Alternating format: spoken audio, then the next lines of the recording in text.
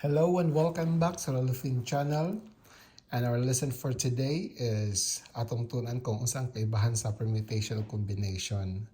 So unang-una, atong tanaw lang sa ilang formula sa permutation sa combination. And then pagkauman na is maghatag tag sample para masabtan jud nato og maayo kung unsang kaibahan aning duha. So para sa permutation ang atong formula natin makita dali na NPR. Pero kung ato siyang basahon, the permutation of n objects taken r at a time is equal to n factorial divided by n minus r factorial. Then sa to ang combination, ang atong formula, the combination of n objects taken r at a time is equal to n factorial divided by r factorial times n minus r factorial.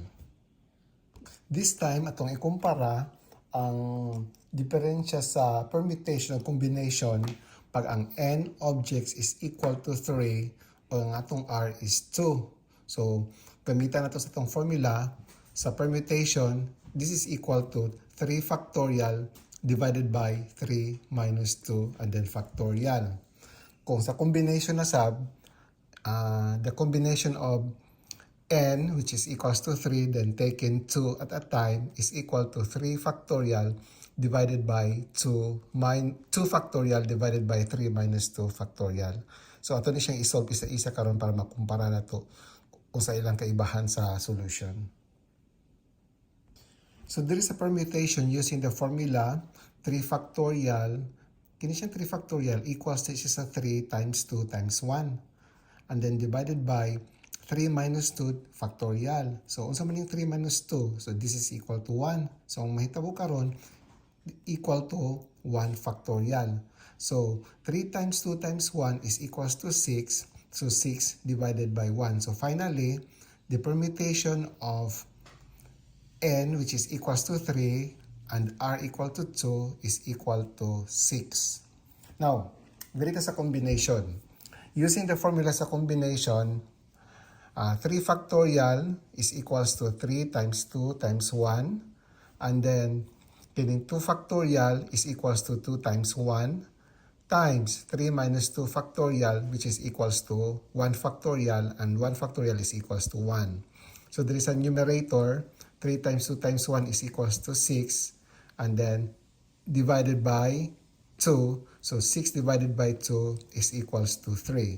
So, the combination of n is equals to 3 sa tuang formula and r is equals to 2 is equal to 3. So, unsa na karon ang kaibahan? Unsa ning 6 karon ug ang 3? So, maghatag ko karon sa inyo example para masabtan jud ninyo unsa ning combination og ang permutation. Para sa tong example na ang n is equal to 3 and r is equals to 2, let's say na atong n karon tatlo ka buok objects, ang A, B, ug C. And then ang atong R is equals to 2. So say pasabot anang R is equal to 2. Sa tatlo ka objects nga present na A, B, C, duha lang ka object ang atong gamiton para mag-arrange ta. So unsa ang mga possible na arrangement from the A, B, C na mga objects? So una-una natay A ug B. Pwede pod na mauna si B tapos si A. Then A, C.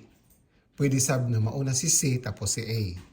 And then, natay B, C, and then C, B. So, kung atong ihapon, pila ka buok arrangement ang mahitabo, pag tatlo ka objects ang ato ang present, then duha lang ka object atong gamiton, so natay anom ka buok arrangement. So, mao ni siya 1, 2, 3, 4, 5, 6. Now, ang buot pasabot sa permutation gani, particular ta sa order.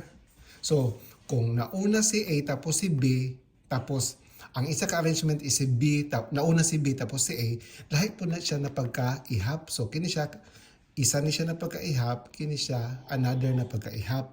So, kung ihapon na to tanan, ang permutation, 1, 2, 3, 4, 5, 6, mao na, nganong 6 ang atong answer. So, sa permutation of 3, and r is equal to 2, ang ato ang answer is equals to 6. So, mao ni siya ang unom na kabuok. Pero sa combination, wala talaga kuan. Wala tay pakialam sa order.